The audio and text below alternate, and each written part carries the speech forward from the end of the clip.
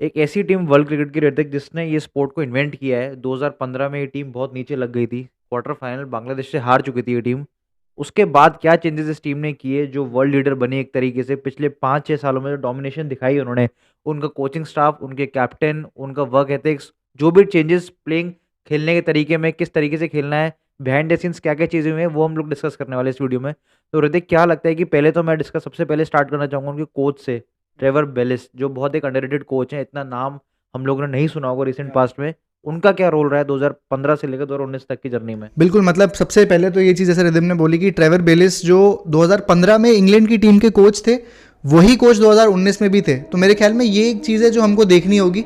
मेरे ख्याल में बहुत सारे लोग हैं अगर जो देखेंगे, जिनको क्रिकेट जो बाहर से फॉलो करते हैं, हम लोग को भी इतनी क्लैरिटी नहीं थी, लेकिन हम लोगों ने थोड़ा पता किया और याद करी चीज़ें, तो बाद में पता चली कि जो कोच 2015 में इंग्लैंड के थे वही कोच 2019 में थे। मेरे ख्याल में मेजॉरिटी लोगों को ये बात नहीं पता होने वाली है। ट्रेवर बेलिस, जैसा रिदम ने बोला, उनका नाम था, ऑस्ट्रेलियन क्रिकेटर है। और मेरे ख्याल में जैसा कि तूने बात करी कि यार वो जो झटका था उनके लिए वो काफ़ी बड़ा था, क्योंकि उस काफी समय बड़ा पे था। भी इंग्लैंड इतने समय से खेल रही है। इंग्लैंड जितना इंफ्रास्ट्रक्चर जितना भी है, मेरे ख्याल में आज के टाइम पे भी उतना इंफ्रास्ट्रक्चर केवल 3 या 4 टीम्स के पास होगा वर्ल्ड क्रिकेट में। उस इंफ्रास्ट्रक्चर के बाद आप हार रहे हो, और वो भी इस तरीके से कि बांग्लादेश ने उस समय आपको बाहर कर दिया। तो मेरे ख्याल में बहुत बड़ा जो मेंटल ब्लो था वो था उनके लिए। लेकिन सबसे बड़ी बात यह है कि भाई कमबैक किया वहाँ से। और हम बात करें ट्रांजिशन में, तो वाइट बॉल में तो क्या तबाही करी है उन्होंने, जो डोमिनेशन रिदम बात कर रहा है उस समय, जो आज के टाइम पे हमको क्रिकेट दिख रहा है वाइट बॉल का रिदम, जो हम क्रिकेट देख रहे हैं। हमने बात करी कि ऑस्ट्रेलिया बहुत डोमिनेटिंग क्रिकेट खेल रही है, इंडिया बहुत डोमिनेटिंग क्रिकेट खेल रही है। कहीं ना कहीं वो चीज़ स्टार्ट करने वाली जो टीम थी वो इंग्लैंड थी, और सबसे बड़ा रोल हम लोग बात करेंगे कि ट्रेवर बेलिस का ही था। अगर ये चीज़ इंडिया में कोई कोच करता, रिदम अगर बात करें फॉर एग्जांपल रवि शास्त्री, अगर 2015 में वर्ल्ड कप इंडिया हुआ नहीं ऐसा, अगर इंडिया लीग स्टेजेस में बाहर हो जाती और वो 19 में जिता देते, तो उस इंसान को इंडिया में भगवान बना देते। और ऑब्वियसली उतना बड़ा काम भी है, ऐसा नहीं कि कुछ बहुत हल्की चीज़ है। तो मेरे ख्याल में उस पर ही थोड़ी रोशनी डालेंगे हम, पूरी इंग्लैंड की कंडीशंस पे उस समय क्या थी। रिदम, इंग्लैंड ने 2015 में जब एंटर कर रहे थे तो बहुत अच्छे फॉर्म में एंटर नहीं कर रहे थे। मॉर्गन उस समय भी कैप्टन थे, 19 में भी कैप्टन थे। लेकिन क्या लगता है, जब हम लोग टीम्स भी बात कर रहे थे, टीम्स देख रहे थे हम लोग, उस समय काफ़ी जो टीम्स थी जो 2015 में इंग्लैंड की टीम थे, रिदम बहुत बड़े नाम थे। मेरे हिसाब से जो 19 में टीम खेली है उससे ज़्यादा बड़े नाम जो थे वो 15 की टीम में थे। अगर हम बात करें, इयन बेल थे, गैरी बैलेंस थे, एंडरसन थे, ब्रॉड थे, बेन स्टोक्स नहीं थे उस टीम में, ये किसी को याद नहीं रहेगा। रवि बोपारा उस टाइम उनके बहुत बड़े फिनिशर रवि बोपारा, और क्या बहुत बड़े फिनिशर थे उस समय। स्टीवन फिन थे, जॉर्डन थे। मतलब आप अगर नाम करोगे एज अ इंडिविजुअल प्लेयर और अचीवमेंट्स तो बहुत बड़े प्लेयर थे, लेकिन परफॉर्मेंस नहीं थी। अगर हम बात करें रिदम, क्या लगता है तेरे को 15 के बाद जो उन्होंने डिसीजन लिया स्ट्रेटेजिकली कि हमको वाइट बॉल स्पेशलिस्ट की टीम बनानी है रिदम? सबसे बड़ा डिसीजन जो उन्होंने ऊपर से, जो हम लोग एक बात करते थे, जो तूने बोला व्हाइट बॉल क्रिकेट में सारी टीम्स ने जो अप्रोच कर लिया कि हमको गेम को ऊपर से खत्म करना है, ना कि हमको लास्ट तक लेके जाना है।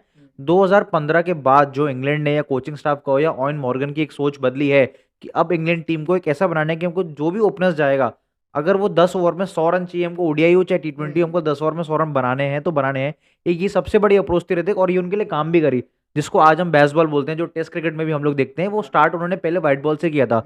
2015 में ऋतिक को इतनी ऐसी टीम नहीं मानी जाती थी कि ऊपर से बहुत तेज खेल रही हो या फिर वो बहुत अटैकिंग स्टार्ट दे रही हो। उसके बाद जो ऑयन मॉर्गन की एक सोच बनी, जो बड़े नाम आए टीम में, बेन स्टोक्स इतना बड़ा प्लेयर निकल के आया जो कि 2015 की टीम में नहीं था, जो आज की तारीख में दुनिया का सबसे बड़ा ऑलराउंडर है। प्लस जो कोच अभी हम जिसकी बात कर रहे हैं, ट्रेवर बेलिस की, जो हमने बात करी, बिहाइंड द सीन्स क्या रहा होगा हमको इतना नहीं पता है, लेकिन उस बंदे ने जो कैप्टन के संग जो स्ट्रैटेजी बनाई होगी, जो टीम बिल्डअप किया है, उसके बाद से ऋतिक 2016 का वर्ल्ड कप फाइनल खेलना, ऑलमोस्ट वो मैच जीत ही गए थे। कार्लोस ब्रेथवेट को एक्सेप्शनल वो 4 छक्के हम लोग को सबको याद है। फिर Hrithik 2017 champions trophy semifinal, Pakistan ने उनको हरा दिया, वो भी हमको एक्सपेक्टेड नहीं था कि इंडिया और इंग्लैंड का फाइनल हमको लग रहा था। फिर 2019 वर्ल्ड कप ऋतिक, वो फाइनल बहुत ज़्यादा अभी तक का सबसे बड़ा अगर कोई ओडीआई गेम रहा है इन टर्म्स ऑफ क्रिकेट और इन टर्म्स ऑफ कंपटीशन भी, वो फाइनल था ऋतिक। उसके बाद ऋतिक वो फाइनल भी जीते, उसके बाद वो 2022 के टी20 वर्ल्ड कप भी जीते। ऑलमोस्ट सेम कोर था, ऑलमोस्ट सेम स्क्वाड के संग वो ऋतिक वो जीते। तो ये एक बहुत बड़ी ट्रांजिशन में कहूँगा वर्ल्ड क्रिकेट में, मेरे हिसाब से इतने नीचे लगने के बाद, आपकी एक वर्ल्ड कप में बाहर होने के बाद फिर आप अगला वर्ल्ड कप जीत रहे हो, ये बहुत बड़ा ट्रांजिशन। बिल्कुल, बहुत बड़ा ट्रांजिशन है। जैसा कि रिदम ने बोला कि मेरे ख्याल में जो माइंडसेट या कल्चर की बदलाव होती है उसमें आने में बहुत समय लग जाता है। अगर हम इंडिया की भी बात करें तो इंडिया जैसा 17 में हारी, या हम जैसा 15 में हारे, या जैसा हम 19 में हारे, मतलब 13 चैंपियंस ट्रॉफी में भी वो चीज़ हो सकती थी, लेकिन हम बचे उस टाइम पे। उसके बाद जो 10 सालों में हमने गलतियां करी, उसको ठीक करते करते 23 हो गया। 23 में हमने फेयरलेस क्रिकेट खेलना स्टार्ट करा। तो मेरे ख्याल में हम देखें अगर इंडिया जैसी टीम को हम कंपैरिजन करते हैं, बहुत बड़ी टीम भी होगी, अगर आप कल्चर बिल्ड कर रहे हो या फिर आपका गेम खेलने का तरीका अगर आप बदलने जाते हो तो बदलने में आपको 5-6 साल लग जाते हैं या ज़्यादा भी लग जाते हैं। जो चीज़ इंग्लैंड ने करी इतने छोटे समय में, क्योंकि 15 से 19 4 साल ही है, और उसके बीच में जैसा रिदम ने बोला कि बीच में परफॉर्मेंसेस इंप्रूव हुई वाइट बॉल में। अगर हम लोग भले बायलैटरल की बात करें या हम आईसीसी टूर्नामेंट्स की बात करें, दोनों ही केसेस में टूर्नामेंट्स में उनकी जो इंप्रूवमेंट थी परफॉर्मेंस में, तो मेरे ख्याल में जो जितने कम समय में किया उन्होंने, वो मेरे ख्याल में बहुत ही एक मतलब तारीफ करने वाली बात है। क्योंकि मैंने नहीं देखा आज से पहले कि किसी टीम के इतने बुरे हाल हो और ऑलमोस्ट सेम मैनेजमेंट के साथ। ऐसा भी नहीं कि मैनेजमेंट चेंज हो गया हो, यहाँ तो बोलते हैं लोग कि चलो यार कैप्टन चेंज हो गया, कोच चेंज हो गया तो डिफरेंट अप्रोच थी। सेम लोगों ने डिफरेंट माइंडसेट लिया और उसको एग्जीक्यूट किया इतना जल्दी, मतलब बहुत जल्दी आपने अपनी गलती समझ ली एक, उसके बाद आपने आने वाले आईसीसी इवेंट्स में ज़्यादा गलतियां नहीं करी, और जैसा बोला कि 16 ऑलमोस्ट जीते थे। तो मेरे ख्याल में ये जो बात करने वाली चीज़ है, जो हम बात करते हैं ना कि लेजेंड्स ऑफ द गेम या जो सबसे अच्छे दुनिया में क्रिकेटिंग माइंड्स हैं, 100% आप बात करेंगे तो मॉर्गन उनमें से एक होंगे, ट्रेवर बेलिस उनमें से एक होंगे।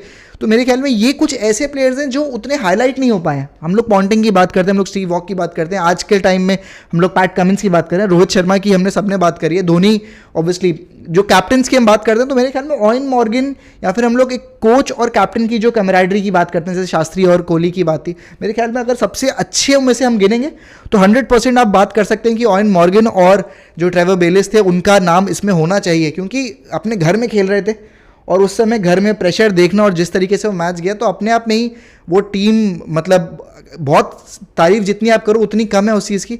और हम प्लेयर्स की भी बात करते हैं, दिन आप 15 में प्लेयर्स देख रहे हो, फॉर एग्जांपल अगर हम देखें इतने बड़े प्लेयर्स, उसके बाद वो कॉल लेना और वो पूरी टीम को रीवैल्यूएट करना, और उसके बाद जैसा कि रिदम ने बात करी, एक बार उस पर भी डिस्कस करेंगे, ऊपर से किल करने वाली चीज़ थी। क्योंकि जो तूने बात करी है यहाँ पे 2015 में जो मेन कंसर्न था और जो मेन रीजंस थे हारने के, वो थी कि बैटिंग नहीं चल रही थी, बॉलिंग में भी कमजोरियाँ थी, बट फिर भी बैटिंग बहुत कमज़ोर हो गई थी। और हम लोग जो इंग्लैंड चेस कर रही थी बांग्लादेश के अगेंस्ट, वो टोटल चेस नहीं हो पाया था क्वार्टर फाइनल्स में, बट बैटिंग को लेके कहीं ना कहीं काफ़ी कोर था। बटलर वहीं थे, रूट वहीं थे, उसके बाद मॉर्गन वहीं थे, आपने जेसन रॉय को इंक्लूड किया, बटलर बेस्टो को इंक्लूड किया, ये कुछ ऐसे प्लेयर्स थे, एलेक्स हेल्स भी थे। इनके आने से बहुत चीज़ें चेंज हुई। एलेक्स हेल्स तो पहले भी थी, लेकिन जो माइंडसेट था, जो तूने बात करी कि ऊपर से किल करने वाली चीज़ थी। हम अगर बात करें 15 में बटलर नीचे खेलते थे, उसके बाद 19 तक आते आते ओपनर बन गए, और क्या ओपनर है, अभी अभी बात करें वर्ल्ड में आप बेस्ट ओपनर्स निकालोगे वाइट बॉल में तो वो रहेंगे। देखो क्या लगता है कि ये जो डिसीजन मेकिंग थी, इसके लिए कितना इंपॉर्टेंस था उनके लिए कि इस चीज़ को ट्रस्ट करके आगे चलना, और 17 में आप बाहर भी हो गए तो भी आप स्टिक करके रहे कि यार हम लोग नहीं इसी अप्रोच के साथ जाने वाले। उस चीज़ में देखो क्या लगता है कि इंग्लैंड बहुत फियरलेस अप्रोच दिखाई इंग्लैंड ने। ऋतिक, ये बहुत बार लोग इतना देखते नहीं है, बैकफायर भी करा उनके लिए, लेकिन उन्होंने फिर भी अप्रोच को चेंज नहीं करा है। अभी लास्ट एशेज में पहला टेस्ट में वो उनको बैकफायर कर गया था, लेकिन उन्होंने चेंज नहीं किया। उनको बेसबॉल अगर खेलना है, बेसबॉल तो नाम हमने अब दिया है जब से ब्रेंडन मैकलम कोच बने हैं, लेकिन ये अप्रोच यार आप जब हार जाते हो, आप मॉरली इतना डाउन हो जाते हो कि यार ये अप्रोच क्या हर बार चलेगी, हर बार क्या हम लोग जीत पाएंगे इस अप्रोच से। और एक बात, एक ऐसा पेयर ऑयन मॉर्गन और ट्रेवर बेलिस का जो बहुत अंडररेटेड रहा है, जो लाइमलाइट में इतना नहीं आया है, वो खुद भी नहीं चाहते थे कि मैं ट्रेवर बेलिस को जितना मैं समझाऊं कि मैं कैमरा के सामने आऊं या मैं मीडिया को इतना फेस करूं कि मैं बताऊं कि मैं क्या कर रहा हूं टीम मैनेजमेंट में। तो ये एक बहुत अंडररेटेड पेयर रहा है, लेकिन इस पेयर ने रातों रात बैठ के या क्या स्ट्रैटेजीज बनाई होंगी सेम टीम को। अमूमन हम आईपीएल में देखते हैं कि मुंबई इंडियंस या सीएसके एक सीजन बहुत नीचे, सेम टीम से आप लोग कब जीतते हो, तो ये चीज़ इंटरनेशनल क्रिकेट में हमने इतनी देखी नहीं है। यही सेम काम इस प्लेयर ने यार इंटरनेशनल क्रिकेट में करके दिखाया है। इंडिया में ऐसा कभी नहीं हुआ, इंडिया में क्या वर्ल्ड क्रिकेट में ऐसा कभी नहीं हुआ, सेम कैप्टन सेम कोच, आप एक वर्ल्ड कप में बाहर हो फिर जीतते हो। और जो अभी हम लोग बात कर रहे हैं ऊपर से मारने का रहते हैं, जेसन रॉय और जॉश बटलर ने जो ये शुरुआत दी है, बेस्टो भी बीच बीच में ओपन करते थे, जो इन्होंने शुरुआत दी है उसके बाद से रहते हैं कि इन्होंने पीछे मुड़ के नहीं दिखा है, और अभी इनके लिए काम कर रही है। शायद यही अप्रोच अभी भी रखते हैं ये लोग। बल्कि और ये वाली अप्रोच जैसा कि रिदम ने बोला कि इनके लिए काम कर रही है। अब आप जितनी भी सक्सेसफुल टीम्स उठा के देखोगे, भले हम ऑस्ट्रेलिया की बात करें तो ऑस्ट्रेलिया का भी यही अप्रोच रहता है। इंडिया की अगर हम लोग बात करें, इंडिया का मेजर क्रिकेट जो हमने 10-12 साल में देखा है वो टॉप ऑर्डर हैवी रहा है। अगर टॉप ऑर्डर आपका चला है तो आप इंडिया जीती है मैच।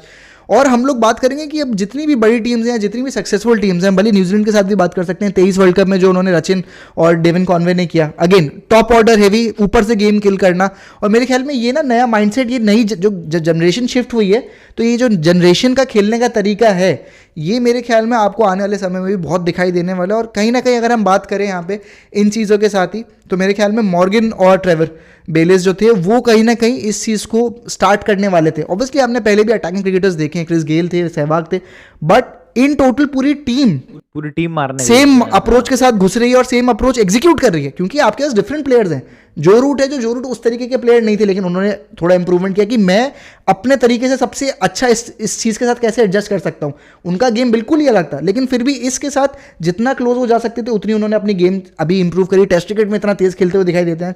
तो मेरे ख्याल में ये हम लोग जिस तरीके की बात करें तो बहुत ही कमेंडेबल स्टोरी है। मेरे ख्याल में मेजॉरिटी लोगों को नहीं अंदाज़ा होगा, बहुत ही कुछ कम प्लेयर्स होंगे या कम लोग होंगे जिनको अंदाज़ा होगा कि 15 में जो मैनेजमेंट थी काफ़ी हद तक हेड कोच और कैप्टन की जो जोड़ी थी वो 19 में भी थी और 19 में जीती, और 19 में तो इंग्लैंड घुसी एज अ फेवरेट्स थी अगर हम बात करें। तो मेरे ख्याल में जो 5 साल में काम किया है वो बहुत बड़ा किया है। हम लोग एक गलती हो जाती है कहीं पे किसी भी कैप्टन की, किसी प्लेयर की या किसी कोच की, तो हम उसको एक्सप्लॉइट कर देते हैं, लेकिन इतना जल्दी अगर आप देखो कि कोई चीज़ पलट भी सकती है तो ये बहुत बड़ी चीज़ ये है। बहुत बड़ा फर्क पड़ता है ना, आप कौन से देश में खेल रहे हो, आप वो इतनी चीजें मायने नहीं रखती वहाँ पे। अगर आप हार भी जाते हो, आप सेम, अगर आप एक वर्ल्ड कप हार रहे हो तो यहाँ तो हम लोग, एक मैं नॉर्मल एग्जांपल दे रहा हूँ, अभी जब हम लोग ये रिकॉर्ड कर रहे हैं बीजीटी चल रही है, अगर एक मैच भी कोच हारता है, कैप्टन हारता है, तो यहाँ तुरंत उसको सैक करने की बात करते हैं।